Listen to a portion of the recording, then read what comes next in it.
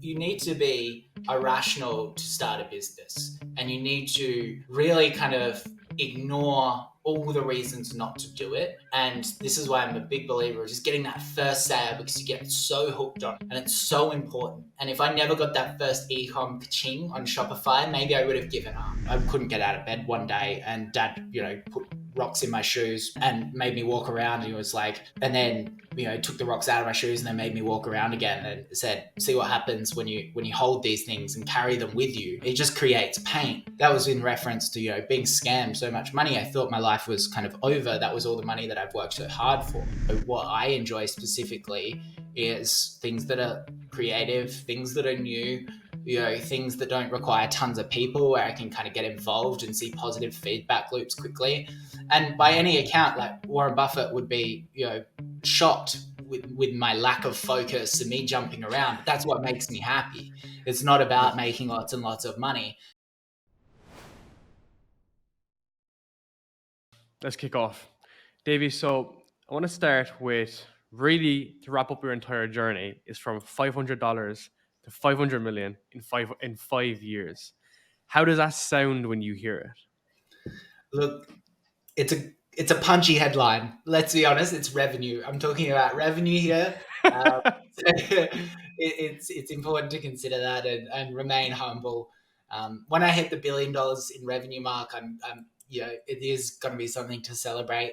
But that being said, I'm incredibly proud of where I currently am, and I'm incredibly proud of the whole team. So yeah, it's a great headline, and the YouTube video with that headline did really well, so I can't complain. 100%, man. I want to start with the Vietnamese roll adventure you had. Why did you start that? In the simplest way, it was because I liked Vietnamese rolls. I like with the crispy pork and all of that stuff. It was just so delicious. So I think I had a period where I was just like, I think I was, I pretty much had one every single day for about a year, and I was like, this is gonna be a thing. This is so delicious. And just pretty much learn how to cook and launch a Vietnamese roll shop. And it turns out there's not much money in food. It's really hard to become a billionaire, making $2 on a roll. But at the same time, I learned a lot of lessons about how to trade, how to hire. I did my first ever firing there, which was really, really quite shocking for a young age. Learn about gross margin. So, I really threw myself into the deep end. I have a tremendous respect for hospitality workers and hospitality owners. So, yeah, no regrets, that's for sure. You mentioned before that you kind of wish you kept it up, because there's a big chain in Australia now that's like smashing it. Who is that? What did they do? Yeah, so that's Rolled, ROLLD. That being said, I think certain people have certain skill sets, and my neurotype is, I need results quickly and really, really quickly to keep myself interested, and it needs to be novel and creative all the time. Of the story of Rolled, I've seen some PR, whether it's true or not, but the founder there was working 120-hour weeks or something ridiculous for 5 years, opening all of these stores. So, I don't think it's one of those situations where I think that even, if I kept it up and kept going with it, I don't think I would have got the same result as him. It wasn't the business for me. So, kudos to him. 100%. You said that was maybe your breaking point to some degree. Why do you think that would have been? Yeah, I went to a very dark place with that business. Prior to that, I was a personal trainer, and I was really into my fitness and personal development. I then, stopped all of that. I stopped what made me me, and I really just worked nonstop. 5 a.m., go get bread rolls, end up at 8 p.m. washing dishes, not making any money. I also got, scammed like on some of my Instagram deals, because I was doing some good Instagram stuff, which I probably should have just been focusing on full time. And, I got scammed there, lost $40,000, which was really quite brutal.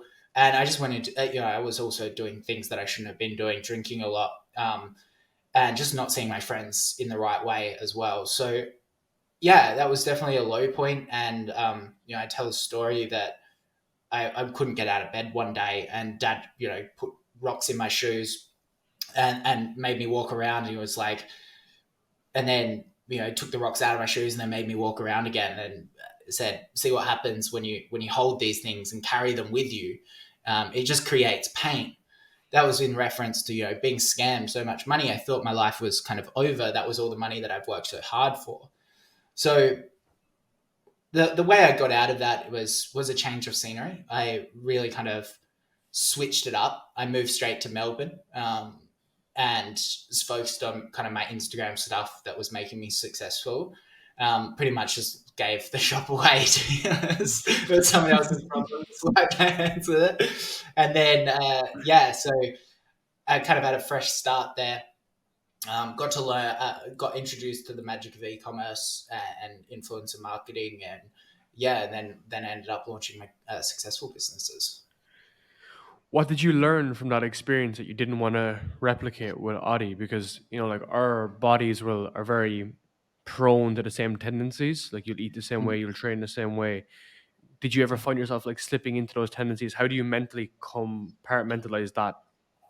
Yeah, I think we often slip back into our old habits where there's a certain dichotomy in that, if we absolutely love work and achieving things, which most people listening to podcasts, self-development podcasts do, there's also a tendency to slip the other way, which is just working way, way too much to the point where you're unproductive and you create mental health problems. And I think, anyone that has had those issues like to a full extent understands that that never goes away. It's like, it's almost like addiction as well, that Mm. if you're 30 years sober, you can't just have one drink. Like, it's not like you're better. It is your neurotype, and that is the reality of the situation, and you need to treat that really, really seriously. So that's a long-winded way of saying that, while I learned a lot of these lessons, such as workload, I still have to be very vigilant of them, and I still slip into them. I'm not kind of immune to that, those lessons as well. How do you focus on the right things? Because of course, like you kind of pivoted, and sometimes you can get like shiny object syndrome. But how do you focus on that so that you're not working 20 hours a day? Yeah, I think the main thing is knowing what you want. Like, because the right thing doesn't necessarily mean the thing that makes you the most money, especially when you're kind of in my situation now. But Mhm. back in the day, the right thing, I'm talking about financial freedom for life, generational potential of generational wealth, uh, extreme learnings through pushing a business to a stage where not many people can ever achieve. Like, those were the things that I needed to focus on early, but those things have now been done. So therefore, the things that I to focus on may be different. Maybe it's like, what do I enjoy? And what I enjoy specifically is things that are creative, things that are new, things that don't require tons of people, where I can kind of get involved and see positive feedback loops quickly. And by Mhm. any account, like Warren Buffett would be, shocked with my lack of focus and me jumping around. But that's what makes me happy. It's not Yeah. about making lots and lots of money. And honestly, I like my scorecard is still how much money those startups make me. So there is going to be results from it, but it's not going to be as well as a lot of other people that have a different neurotype that can kind of sit on a business and grow it for so long. But that's the part of life. You have different neurotypes, and you need to focus on them. I think you've been able to go deep when you needed to. And it's obviously Mhm. worked out really well for you. And then at that point, then you're able to branch out because I guess like people, when they begin to see some success, they might try to start pivot, might try to start doing something else. Whereas you Mhm. did really like scale the shit out of one company. And then at that point, then now you have the capital to be able to diversify into around how much, 8 or 12 companies now at this stage? Yeah, probably less than that now. I think, like, to get the story straight there, Oodie was growing rapidly, and I was focusing on a lot of other things. Granted, it was about maybe year 2 or 3 where I realized, holy shit, like what am I doing? I need to be focusing on the Oodie because it's just like this is a one in a million opportunity. And because of that, I have a couple of brands that were doing over 10 million a year, and they, fatigued because of it. I wasn't experienced enough to put proper CEOs and stuff like that in place with proper controls and provide the guidance. People were relying on me for guidance a lot, but I was in the game for 3 years. Like I'd never managed anyone aside from my street rolls business, like Vietnamese roll business before that. So it is kind of obvious. Like I didn't bring probably senior enough people in early enough, and the senior people that I did bring in probably caused more harm than good initially because I didn't even know how to hire people. So yeah, I think the Oodie could have been a lot bigger if I was focusing on it specifically. But at the same time, we did end up getting the right team, and there was a few strategical decisions that I made early, such as global diversification and certain product categories that ensured that it didn't kind of fatigue like a lot of the other ecom brands out there. That's interesting because you're looking back and retrospectively knowing these things, but of course you have no idea when you're in the moment, and like that's not the point anyway. I want to go back to the origins of Audi So and how you've kind of scaled that up. Mm-hmm. You speak a lot about finding product market fit, trying to find the right product, Mm-hmm. and talk me through that feedback loop in your head when you're working with even this product, or what's your process kind of mentally, because I think a lot of people will hold on to losing ideas. A lot of people might not cut it. So I'd like to get your thoughts on like how you select that winning product, and taking Audi as an example. Yeah, so it's all around. You've got the first step is obviously sourcing as many ideas as possible to choose from. If you're going to work on a business for 5 years and you just pick a product in a day, like that just makes no sense. It's the most important thing ever. It's the most important part of the business. It's like the very start is it's going to determine if it's pushing things uphill or downhill for the rest of the business. So I think that's the main thing. There's plenty of sources of information. Like, don't want to plug it too much, but like, I created a tool called Trend Rocket, which scrapes all of the data points out there, all the ecom products, and compiles them with lots and lots of data. So I think that was my way of being like systemizing my process, which is really looking at website traffic, the amount of Facebook ads things are creating, the geographical competition for certain trends, because if there's less competition, your CPMs are going to be really, really cheap on Facebook. So those kind of things are factored into that tool. If you don't want to use that tool, you've just got to use a bunch of others, such as always going on Facebook, looking at the ads, looking at Alibaba, go to trade shows, all of those kind of things. So it's about getting that huge selection so you can understand it.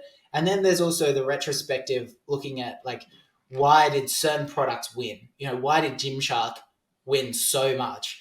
And I've got a great little kind of framework for this, which talks about, were they unique for the time? And gymwear, obviously Nike, Adidas, they've been around for a long time, but their uniqueness was around the way that they were acquiring customers, which was through influencer marketing, which didn't really exist, when they kind of first started. They kind of set those foundations. So as long as you have a unique either acquisition method or value proposition on the product, it should work quite well. So that's where the creativity comes in as well. What did you learn from people like Ben Francis and Gymshark? I think I haven't followed his story that closely, to be completely honest. I think of what I have seen, he's a terrific founder. Um, I think he took the money at the right stage, which I think that the multiple what they achieved through General Atlantic there was quite incredible, and set them up to take a huge kind of risk. You can see what they're investing, but every time I listen and watch Ben Francis's videos, I get a bit of my story, and it's like this confirmation of like, okay, that is exactly how I feel. That is exactly what I did wrong. Exactly the same as him, and now I've come to the same conclusion, which is really great. For example, like hiring great people.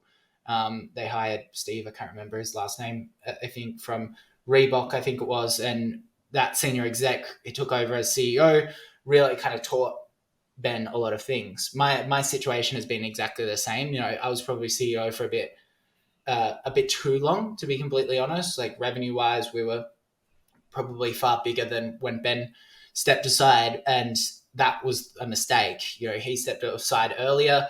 I caused a lot of problems in the business just by not understanding systems, processes, how to hire, how to scale a business that large, and it got away from me. I was only until I really got a great CEO in place operationally that I was able to get a lot of those problems. And the amount that I learned from stepping aside as well, seeing how these were persistent problems that existed in the business, and then they got fixed after. How did they get fixed? Was like an instant feedback loop of learning without me actually having to do the work. I just got to witness it, which was terrific. So yeah, but aside from that, I'm sure there's a lot of other correlations. I think that their business is obviously considerably bigger than ours, and it's great to have role models like that to look up to, so we can try to catch them one day. 100%. I think it's cool how he's sharing his story so open online, and so are you. The fact that I think that's like really unique. That you're like open on YouTube, you're doing these podcasts, you're kind of getting out there because you're obviously helping other people, but you're distilling your own thoughts, which I think is really cool. You're able to bring that down. How come you made that move into YouTube? What was the kind of thought process behind it? Yeah, YouTube. I'm a massive introvert. I really didn't want to do it. Um, and it was like 4 years in. I was never going to do it prior to that because I knew how many people were just going to rip off our products. And then I decided that the two things that I wanted was both deal flow, so getting acquiring brands and stuff like that, which hasn't eventuated as much as I thought it would. Aside from Shark Tank as well, that's probably a big tick for deal flow. But it's more so talent. Talent is the single biggest point of leverage you have for your business. After you make your first hire, you realize that, and we just have terrific people because of that personal brand. I'm able to reach out to people. People understand my values. People understand my hunger for creating a big business, creating self-development for people. So that was my main goal, and that goal has been achieved. And then the next question is, why am I still doing it if that's already achieved? Mhm. Which is a good one. I don't really have a good answer for that at this stage. I think I really enjoy it. Like if we go back to the values that we were talking about before about what I actually enjoy, I like creative new things. I like being able to measure things heaps. YouTube is like there's nowhere to hide. It's like how many views you're Mhm. getting, and you get to put something into the world. I've always been a fan of cinematography and stuff like that. So yeah, it's just enjoyable. Of course, I think as well what does there it really kind of brings your thought process together, and it shares a lot of the things that you already were going to know. So it's good that over a longer time horizon you can look back in your old videos and see this is like how far he's developed like personally, and you're sharing that story, which becomes very, very valuable to other people. Not a lot of people are in that bracket. You said there about you were quite introverted, and you mentioned previously you kind of struggled with confidence when you were younger. How Mm. do you think that arose, and how did you kind of flip the script on that? Yeah, I think introversion is, again, we go back to the neurotypes. I think you're kind of born that way or not. I could be wrong there, to be completely honest. So I'll always be introverted, which is basically, do you get energy from other big interactions, or does it kind of drain you a little bit and you need some time alone? That's how I measure introversion and extroversion. So after this podcast, I might have to go sit down for 30 minutes. Whereas some people after this podcast, they'll be so super jacked up, super excited. So and that's fine. I think self confidence is almost like a different. I don't really associate those two things. I think self confidence comes from uh, achieving. To be completely honest, I think that could be seen as toxic, but I think when you get so many wins, it it really does get hard to argue with yourself. It's like, okay, you can, if you're like, I'm fat, and you're constantly telling yourself you're fat, and then you manage to run 21Ks in one race, like you can't assume you're fat anymore. Like it's just like it's just not in the definition of it. So I think that can be kind of a sign to anything. You call yourself stupid. It's like, okay, what's one thing that a stupid person couldn't do? Just go do that. And eventually you just build all these feathers in your cap and you get more confident. But that's not to say that I'm super, super confident. I'm still insecure in so many ways. I think all entrepreneurs are quite insecure in their own ways. So it's something that you just keep building on, talking about. And as you get older, you realize that other people's opinions don't even matter. And I think that that's a refreshing thing as well. 100%. I think like entrepreneurship exposes all those insecurities that you may have, whether Mm, it's cold outreach, marketing yourself, selling your product, even building a team, trying to lead a team, all those minor kind of insecurities that come to the forefront. But when you're mm, someone like yourself who've overcome a lot of this stuff and built big companies, therefore you kind of gain that confidence. And of course, if you do something, you might feel a bit insecure. But I like that side of it because I've definitely struggled with that. Someone who is extroverted, who likes to talk, who likes to speak. When I'm mm, being building my business, the biggest thing I struggle with is like, fuck, is it going to work? You know, and the kind of aspect of rejection. So basically, for context, I run a like podcast agency. So a lot of outbound, a lot of sales, a lot of front facing people. 99% of people I speak to are going to say no, right? And it's about the 1% to say yes. How do I lean into that? And how do I kind of use that as confidence versus suffering in silence, I guess, and always accepting no as my reality, mm. which of course takes time. And I'm 100% in the middle of it at the moment. Like, no way I'm overcoming that. But I like your thoughts on it because, a different kind of archetype mentally. And it's nice to see like how you've been able to kind of, I guess, overcome some of those difficulties over time. Mm. Yeah, I think you need a lot of this entrepreneurship through the ups and downs. You learn a lot about yourself, and I think half of half of life's challenge is understanding yourself. What brings you joy? What doesn't bring you joy? What do you want to achieve? What are your shortcomings? Those kind of things. And I think the more you can learn through trying to achieve a goal, the better. And you become more resilient because that, and eventually, yeah, like all of those knocks, they don't even feel like knocks anymore. You become so conditioned to it. Like we can have a huge disaster, and I'll just pick up the phone, and it's another day. Initially it feels like every single disaster is going to kill you and kill your business. Eventually, you just start to realize that they were never that bad, and nor will the next one be.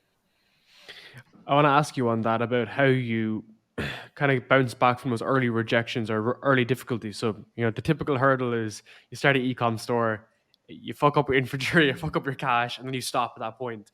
And in the service business, you don't get your first couple of clients, and then you finish. How did you kind of break through those initial kind of pain barriers? And for context, I ran a 90s clothing brand when I was 21 that was actually not doing too bad, to be honest. I'll be perfectly honest with you. I was importing clothes from Italy and selling them in the UK. And the second we ran into any difficulty, that's when I gave up at 21, So I Hmm. wanted to kind of get your thoughts on that in terms of like how do you push through those barriers? There's so much there. There is so much there to talk about. Such as, first of all, it's just really important to focus on the wins, because if you're focusing on the sales and really projecting that what that looks like out over the next 5 years, if you can just get over the next hurdle, the hurdles don't seem as bad. The second one is getting mentorship as well. As I've gone through, raising capital, those processes, having different mentors, it's quite obvious that if you have good businesses are actually really rare. Like it's really, really rare to have a business that's kind of making money. Most businesses out there are raising funds and then not even close to breaking profitability. So it was kind of like when I was thinking about raising for the Oodie, potentially doing an IPO, I would go in there with huge amounts of EBITDA, me as the single shareholder, and they were like, what is even going on here? So I think just throwing it back to your example, and my point is that if you were making money there and you're like, I'm going to give up because I got this hurdle, like a mentor is going to look at that and be like, hang on a second, like this is actually really good. This is the potential, and calm you off, get you off the ledge. You know what I mean? So I Mhm. think that that's a big one. I think, yeah, focusing on the positives. You need to be irrational to start a business, and you need to really kind of ignore all the reasons not to do it. Um, and this is why I'm a big believer of just getting that first sale, because you get so hooked on it and it's so important. And if I never got that first e-com ka-ching on Shopify, maybe I would have given up. So getting those first wins is a big one. Do you think if you can do your first sale, you can do like a million sales? 100%. 100%. Like you when you can get over that hurdle, the only limitation is how much it is how much intensity you then put into it, putting both into the craft itself and improving yourself. And if you never give up, you can kind of achieve pretty insane numbers. I'm not going to say everyone can be a billionaire. That's just ridiculous. Most people will satisfy their hierarchy of needs of self actualization and being able to buy some luxury stuff, and a lot of them will kind of start slowing down after that, or they'll get families, and they won't be able to apply the intensity into it. But Alex Hormozy is a good one. Like, you would never say that person's he's not going to be a billionaire. Look at the intensity that he approaches everything. And he said just in a podcast the other day that he not looking for kids just so he can apply that intensity. So the intensity that you apply to things after you just get that first sale is going to determine how far you go. That's awesome, man. And there's so much like I've actually even learned from Hormozy on that side of things because, similar enough, I love how he designed his life in terms of, I think he was making 25K profit a month, and he was in California. Was it California? I think it was California. And he said he was living on like 4K a month. Now that may seem like a lot, but in terms of his rent and his food and running the gym and everything, that he was keeping things like super low. How did you design your lifestyle? Because of course now I've seen you've reached some great milestones. Like I think you bought like a Mm. G wagon, you bought your house, you bought your partner a car, and everything. But how did you design your life when you're starting to build up this business? Yeah, when I first, Calming Blankets was doing $2 million profit, and I was still living with my parents because it was just too much to move at that time, and I just wanted to apply every single dollar to the business, and I was just so hell bent on that and intense on that. And then, even back then though, because my goal wasn't, gut health or, really long term thinking, every meal I had was Uber Eats. Because time, I paid myself, I assigned $1 to every single thing that I did. And my hourly rate was $5,000 an hour because that's how much profit I was starting to make. And I was like, okay, if I need to return this $100 thing, no, it's going to take me too long. And I didn't have an assistant back then, and I was just really, really regimented with my time there. Then, over time, I obviously changed dramatically. Now I'm at a point where money isn't a big issue for me, but mental energy is a huge issue for me. So, you know, I listened to a really good podcast the other day. I was talking about like what are the things that you can dial up that really bring you happiness, and the things you can dial back down. And I'm talking about spending here. So perhaps for services, you might want to spend a lot more on that because that brings you happiness. But eating out every single night doesn't actually bring you that much happiness. You would actually rather stay in because a warm meal at home is great for you or something like that. So it's just about associating value. And now I realize that that mental energy of the services is like one of the main things that I really, really value, to the point where I spend a lot on it. So, like washing clothes, would never do that. Like someone comes and picks it up. The next day, a cleaner comes and puts that into my wardrobe.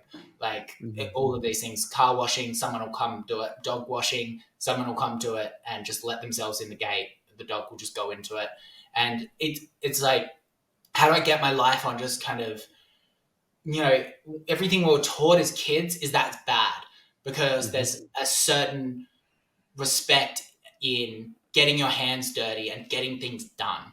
And I appreciate that. But now I can see things a little bit clearer, and I don't need to do that. I can get more things done by focusing on businesses and those kind of things, and any mental energy, personal training as well. I have a PT that comes, I used to be a PT back in the day. Like, I understand how to train myself, but just the mental energy of thinking of the program is going to reduce from all of my startups. So I don't do it. I'm pretty hard on that side of the spectrum, but that's not for everyone. You need to understand the return on investment that you're getting from that, and you don't deserve that until you've started to make a fair bit of profit as well, which eventually you will. That's very interesting, man. I think if you didn't have that at the beginning, like that rootless, like $5,000 an hour, Mhm. then maybe you wouldn't have got to where you were because you're a split focus. You're pretty much doing everything, even though you might not think it, like cleaning your Mhm. clothes, doing all this kind of stuff in the beginning. Yeah, it becomes just like a time sink. I've definitely tried to focus my time like that as well. Like for instance, like we've got to get repairs onto the house. My partner wants to do it, and I just couldn't be asked doing it. I'm much happier just getting someone to come in and fix it. I've a cleaner as well, all that kind of stuff deliberately so that not that like, oh, I'm working 24/7 on the business. It's the fact that I'm not spending the other hours like fixing a wall. Does that make sense? Yeah. I'm either resting, recovering, training, or whatever, and just prepping yourself in a nice way. Because the reality is that you're building your business. It's just so difficult that if Mm. you're putting all the other time you have into building that as well, it's not the best way to design your life. I think there's Yeah. there's a lot of beauty in there, I think there's a few things there. Like, you do become accustomed, and you feel a bit guilty for it because of how we've been trained growing up. Constantly getting other people to do things that we don't want to do. But the window of opportunity when you have a successful startup is so small, and it is one of the greatest opportunities that you can be blessed with. And you just need to go so relentless at maximizing that opportunity, because it will close. Like, the opportunities that I had 5 years ago, they've closed. I have no, I can't just apply myself 12 hours a day and create huge impact in those. Shark Tank recently was an opportunity for me where I had to drop 3 weeks of work, go there, film intensity, really commit to it. But that is just like such a tremendous opportunity that you just need to take on, because you're going to have a lot of hard knocks. You're going to have a lot of shit go wrong, and it's those really high leverage activities and blessings that we get that pay for all of that stuff. So yeah, really focus your time when something pops up. And man, that's why I appreciate you coming on this podcast because I know your time is extremely limited. I was saying to your assistant, I was like, I am very grateful for it. So I do want to say that. But talk to me about Shark You're Tank. doing some great stuff. Yeah, helping lots of people. So I appreciate that. Man, the way I look at it is that I'm trying to help me or the version of you who started. That's why I always look at it. The day one version. I'm not trying to particularly even help myself. I'm trying to a lot of times just help people who started in the very beginning. But talk me through that process of Shark Tank. How did it come up? How did it go? Yeah, I would love to talk about it. I'm just not sure what I can say, to be honest. I think it goes to air soon, so I can't. I'm not gonna cause any issues by saying anything No that I'm worries. not. But look, it's amazing TV, amazing entrepreneurs. I didn't realize Australia had so many great entrepreneurs. There's so many cool products. So yeah, definitely tune in if you're in Australia. We've got Robert Herjavec, which is one of the US based sharks. So I learned a lot about show business, and also, yeah, it was obviously a lot of work, but it was enjoyable every step of the way. So yeah, definitely tune in. Do you think that it's better to be kind of building your brand and your business now in public than doing it completely in private? Because you've seen the influencer marketing side of things too, as well, with your other when you were just working for a company. Do you think that's more valuable than doing it now private in 2023? The way like social media is, how much you can leverage it. I think it depends. I think there's pros and cons on both sides. The pros, obviously, you can get feedback quickly. You can align your brands, which grow your personal brand, which can grow quicker than a business page with the growth. So, look at George Heaton and Represent, Mhm. like the clothing brand. He embodies his brand and does I can definitely tell you that as his socials grows, the brand will grow. Um, then there's the negatives as well, which is, do you have something so unique, which is more rare than people, first time founders think that their idea is so unique all the time and someone's going to steal it and run away with it. Chances are someone's already thought about it and tested it before, so it doesn't really matter. Um, but there are exceptions to that case where it's like, if you post, for example, whenever your product can be drop shipped, like, you cannot announce that product. Like, there's going to be 1,000 copycats, and not even copycats, they're going to be counterfeit. They're literally going to take your website word for word and launch it on a server and start selling the product. So, you need to weigh those things up. So if you're a first-time founder, don't build in public until you understand all of those pros and cons. If you're a second-time founder, make sure you at least consider it for a little bit. There's startups that I don't announce, and then there's startups that I do announce because they help grow it. So. 100%. If you're familiar with Brooke Hiddink, he does like high ticket drop shipping. He's on like, I think he did like 3.5 million in his first year. Guy came from law background. He was like a lawyer, and then he came into high ticket drop shipping, and that's kind of what he teaches now. But he said that in his journey, he disclosed the actual name of his shop on Twitter, and he sells like grills, saunas that are like 10K each, and all people that were either students of him or just Twitter onlookers contacted his suppliers to undercut him, and it didn't like completely fuck up the business, but basically like it was a huge concern. So small Yeah. nuances like that, and another guy for you to connect to it would be Matt Kelly of Space Goods. So if you're Yeah. familiar with Matt, he's Yeah, I've seen his branding looks fantastic. yeah, he's a cool dude. He was on my podcast too. He said if you ever follow him on Twitter, man, he puts up screenshots of guys launching their mushroom brand, and one of the tabs will be Space Goods. That's hilarious. So guys are looking at like his landing page and just copying it completely. There's a fine balance here, right? There's nothing new under the sun. He didn't invent mushroom products. I didn't invent wearable blankets. That's the truth. Mhm. I think where the creativity lies is in certain elements, such as it might be the product, development, the formulation. It might be the branding. It might be the acquisition method. Those kind of things. I think competition is good. Like, I think competition, the end result is the consumer benefits. We look at patents and pharmaceutical drugs. As soon as the patents expire, drugs become more accessible. The public wins. They can spend less, and I think that's the beauty about capitalism and the economy. So whenever I see competition, I don't get vindictive. Like, I recognize it. We've all had our competitors' tabs open. By the way, I'm not talking specifically about Space Goods. I'm sure that the person was an asshole that was copying him. but that being said, I think you're gonna get copied.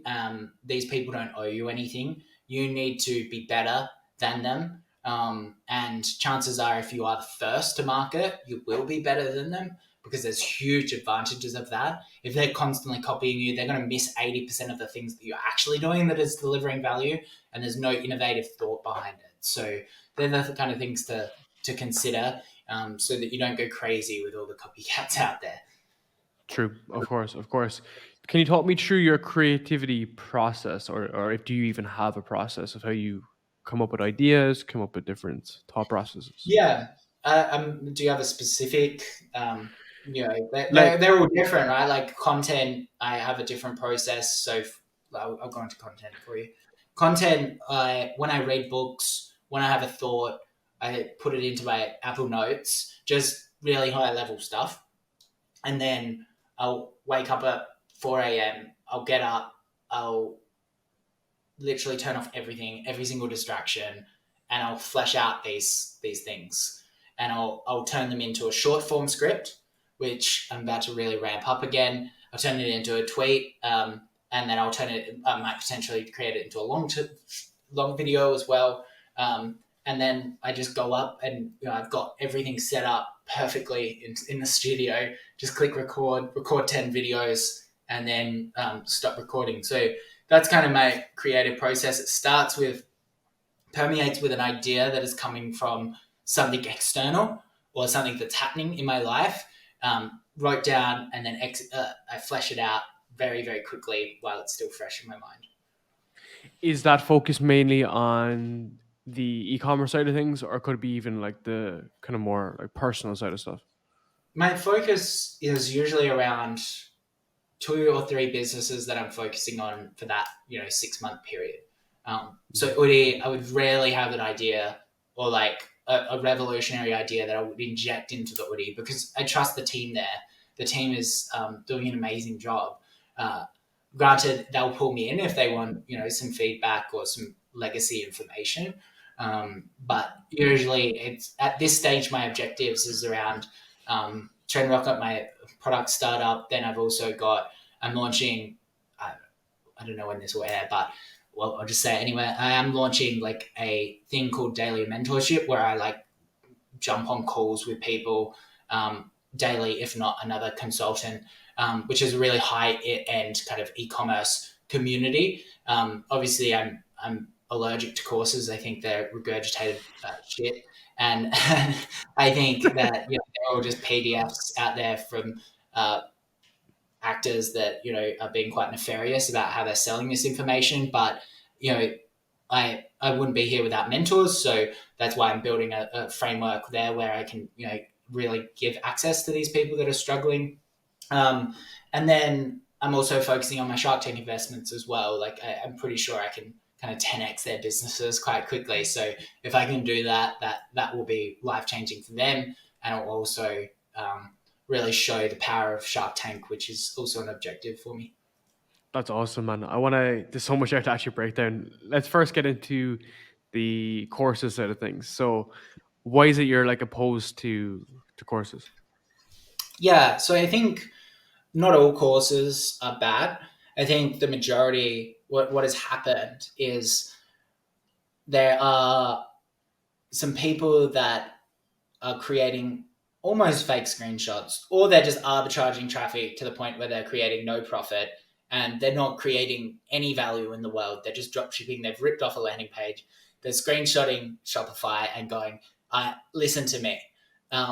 And then the next stage of the information is they go to YouTube videos like my own, and they just basically transcribe that. They film it themselves with no personal knowledge or unique insight. And then they go, all right, sweet, let's rent a Lambo, let's rent a BMW, let's let's sell this course to Jane Doe, who is a 30-year-old mum, and she basically has $500 to start on e-commerce, and she spends it all on this person who's saying that that's the only thing they need. She doesn't know what to do after that because she doesn't have another $500 to spend on ads, and she basically has already watched all the videos on YouTube. That is the industry as a whole. It's repackaged PDFs, and I absolutely hate that. And I think, and then what happens is a student goes through the course and they're like, oh shit, I'm already succeeding. Like this didn't really help me at all. And then what does the ecom coach do? They don't refund the money. They steal the other person's dashboard, screenshots their dashboard, and puts it on as a case study about why their course is the best. And that is literally the process. Convincing more Jane Does to buy the product. And I think that's shit. And I think it's not my place to say when someone is a deserving as an entrepreneur. I think I hate belittling people. Like, this is why I would never mention some of these names. Like, I think if you have created a profit of, that is even close to what you could get as a salary, and you're working yourself and you've created that business, like, fuck, you're amazing. Like, I respect you so much. We've said before, like, getting that first sale is like, that is respectful. But going ahead and using that to prey on other people's vulnerabilities is stupid. There's a certain level of unique information that you need to provide in that, or at least guidance and stuff like that. And I think that's where mentorship differs from the courses, one, the credibility of the person and the first-hand information that they are able to provide. And then the other thing is really about how refined and how targeted the information is for that exact situation, because everything is nuanced. And that's what core PDFs don't do. That's what calls do with people. You can explain the situation, the emotional state of you, and you can get the correct answer without drawing it from yourself. So yeah, that was a long-winded way of talking about the industry. That being said, like there's some out there that, they are providing this one-on-one mentorship support with very, very credible people. It's not a money grab. And those people are the good actors in the space, but unfortunately there's a lot more bad, because it's very easy when you get a small amount of success to start selling courses and make 10 times as much as you did on that previous business. I completely agree, man. I think that like there's like this period where we said to you where you've gone and done the thing. So if we sit down and if I was selling, I don't know, cameras I'm looking at here, you could like really help me at the edge level, the nuance, the edge level. But the general kind of platitude stuff, like it's just not applicable to anyone, it's just not applicable to anyone. And this is where we're going back earlier, whereby the biggest problem I have sometimes is that when people get some minor success and they pivot off into coaching or like the courses side of things, where it's like you've literally not even you haven't done the thing. And you mentioned this before as well, how you were saying that you should take experience from people who've gone and actually got the results that you desire, but on a bigger scale, of course, so that kind of like generalization approach of things is and another example of that is like people who have got a tiny bit of success and have created like just a Discord group, and now they're selling this really expensive Discord group that they're not involved with, and now it's people who are struggling in this kind of period. So it's finding that kind of like nuance. And that's why I really like the coaching side of things, and bringing it back to that guy I was speaking to, Brooke Hiddink. He actually has that, whereby they go through a coaching program and you can only have a certain conversation with someone when you've done a certain activity, and they'll bring you through that and ask like, why have you not achieved it? How do you get to this target? Here's how we would do it. Here's how we can help you. I thought it was really nice. And funnily enough, the reason why he did it that way is because he spent over $50,000 on mentorship with another guy who was very successful in a physical business and moved into the online business space, and pretty much didn't do anything as a result. So he wasted 50K. He got literally burned.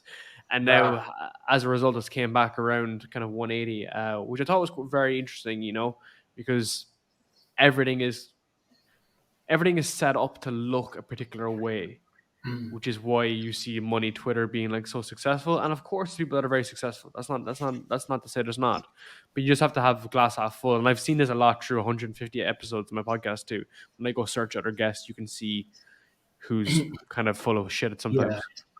You need to like the interesting thing about money Twitter is that whenever there's a systemic problem with something, it can get really out of control. And what I mean by that is when they buy a Lambo and it costs them $500,000, and then they use that Lambo in an ad, and they spend $2 million behind that ad, that Lambo is free for them.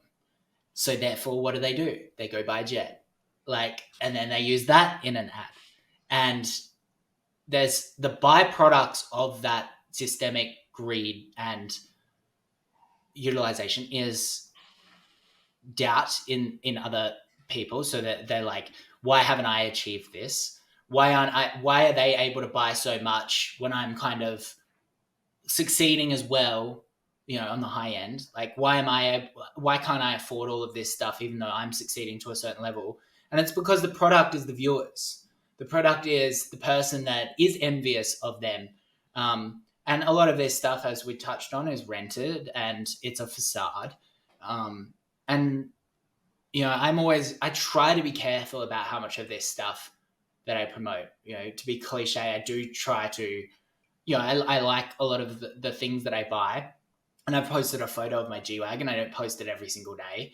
I don't go rent cars every single day. Like, I've done it once for a YouTube video where I was actually driving around that state.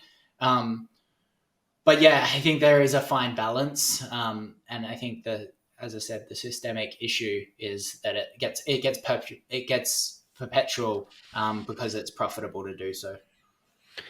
Has your relationship with money changed as you began to like earn a lot of money? Yeah, I think like honestly, 2 years ago, I like probably almost lost the business multiple times, even though we were doing double digit EBITDA, like 20-25 million EBITDA.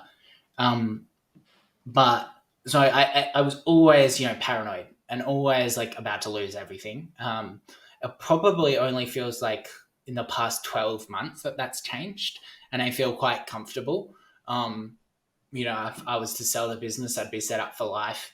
The business itself is diversified in multiple ways. Every business has risks. Everything in life has risks, but I'm quite comfortable with a lot of those risks. So that almost felt like a bit like selling to me. In that, a lot of people talk about when they sell their business, they're like, oh my God, like the stress is off my shoulders. And I do feel like I've almost felt that, because selling right now wouldn't change my life in any way. Like I can do whatever I want. I can go anywhere. Like I can't buy a yacht or a plane, but I don't really want those things. So, and nor would I buy those things. Like I could rent one if I wanted to, but I'm not going to use it. So it doesn't really matter. Um, so my money with the my relationship to money recently has become quite positive, and I'm just doing things for I enjoy. But previously, it was complete paranoia, and quite negative. Why do you think you felt like that? Um, I think I think like the reason why we do things always starts with money.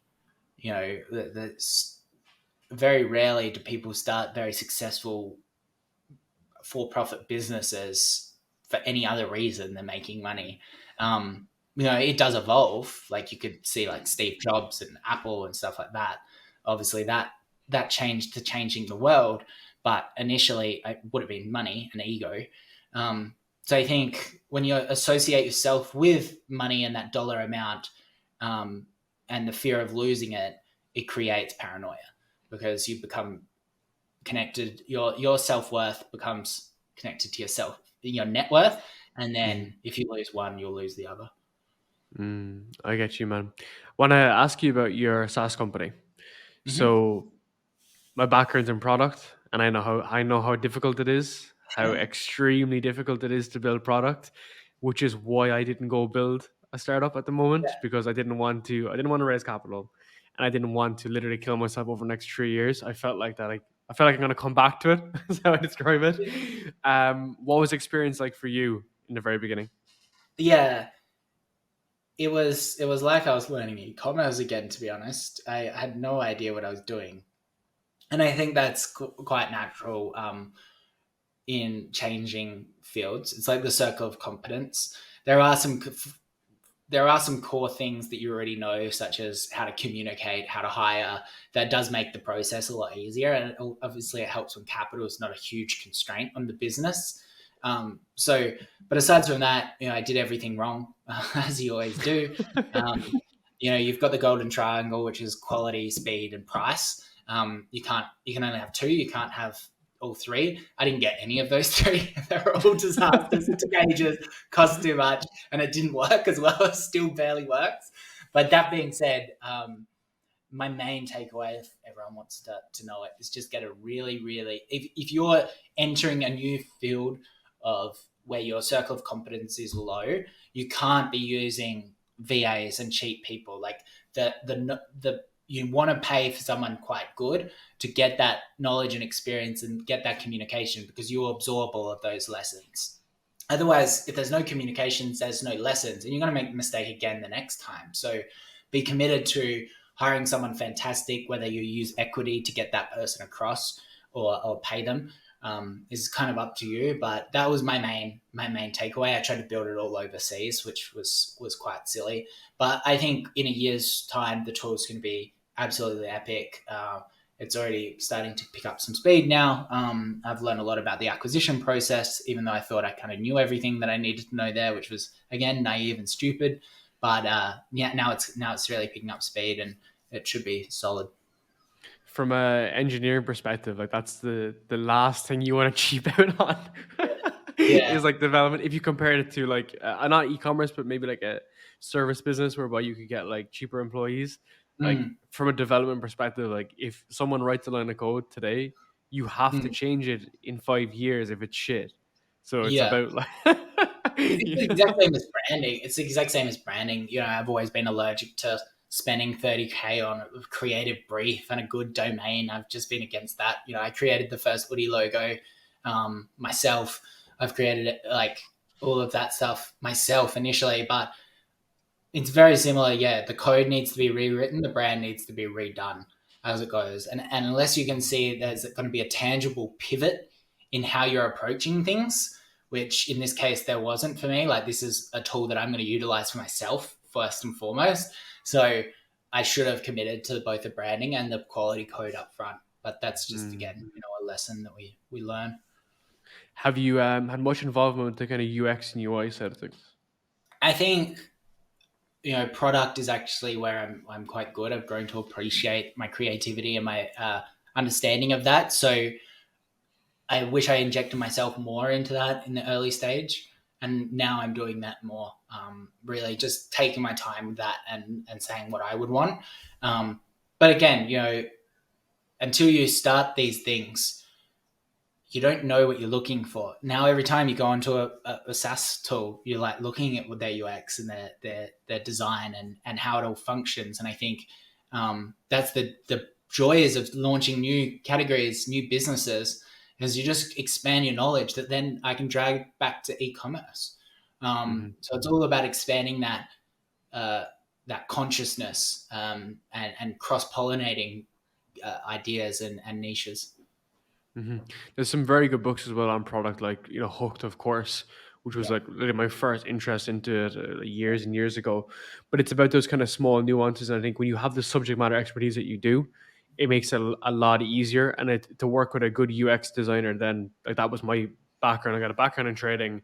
I had a really good UX designer. So as a result, you can kind of mold how it should look from their perspective versus how it should be, how it should function on your side. So I think Mm. that's the balance. But yeah, SaaS is something that again is simplified by a lot of people, because like, you have all the product side of things, and then of course you have the marketing, which of course you've nailed because you have the audience. But without the audience, without the product, you're in for a tough ride for, I would say, at least 3 years. I don't know how you feel Mm. about that.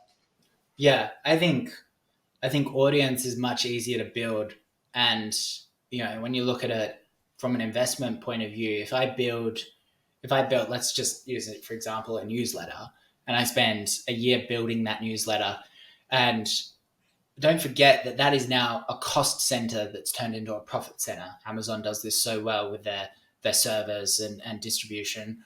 Um, so when you go to sell that business that grows from the newsletter, let's say there's going to be 3 times the amount of profit that you drag from that newsletter.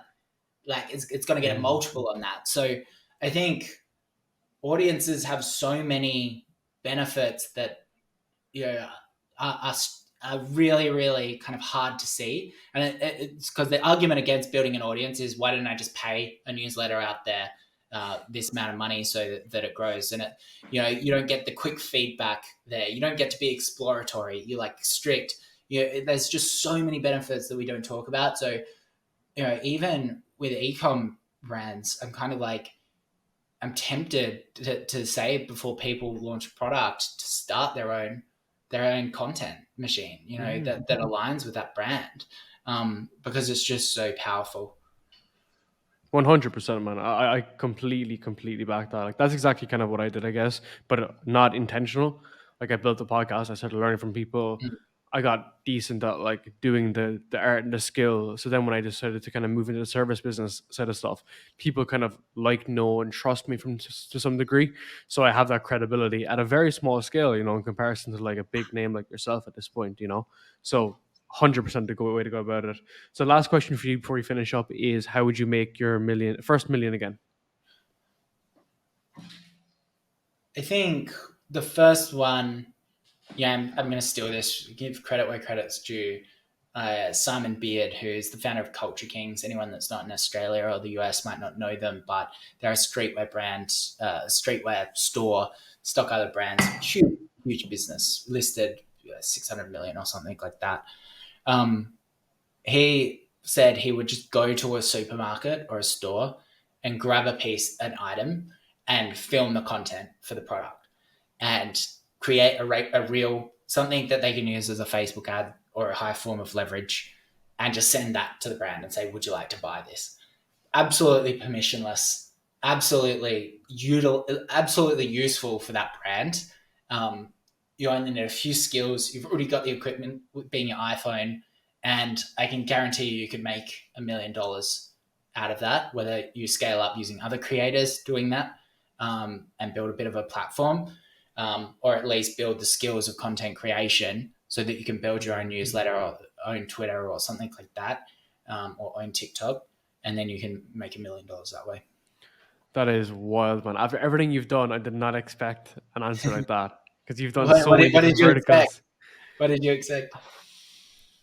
E-commerce. I don't know because like e-commerce is such a grind, man, and like there's so much capital that you need and inventory, and like I know it's a different vertical to get to that stage, so that's very interesting. You're thinking the content first because Content first. that's where everything's moving. That's literally how my business was built, was based off content. So Dave, I want to say a massive thank you, man. This was a great session. Hopefully you enjoyed it. I wish you the absolute best in the future, whatever you do as well. And I'm really, really grateful for you having this time. No, appreciate everyone listening, and hopefully people can get a few lessons from it. Appreciate you having me on.